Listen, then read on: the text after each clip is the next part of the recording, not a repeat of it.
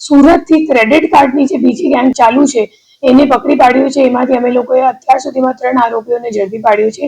APK file મોકલીને એમની પાસેથી પૈસા પડાવતા હતા. જેમ કે તમારો એપીકે ફાઇલ તમે મોકલો અને ઇન્સ્ટોલ કરી દો, પછી તમારો ફોન હેક થઈ જશે અને પછી તમારો જે બેંક ખાતું છે, પાસવર્ડ છે, પિન છે, બધું એમને મળી જાય. અને આ બધું જામતારા ગેંગ કરતી હતી. પછી જામતારા ગેંગ ફોન હેક કરીને જ્યારે પૈસા ખાલી કરી નાખતી હતી ત્યારે આ પૈસા એ લોકો ક્રેડિટ કાર્ડમાં બિલ પેમેન્ટમાં વાપરતા હતા. અને ક્રેડિટ કાર્ડ સપ્લાય કરવાની કામ આપણી સુરત એ લોકોનું કામ હતું.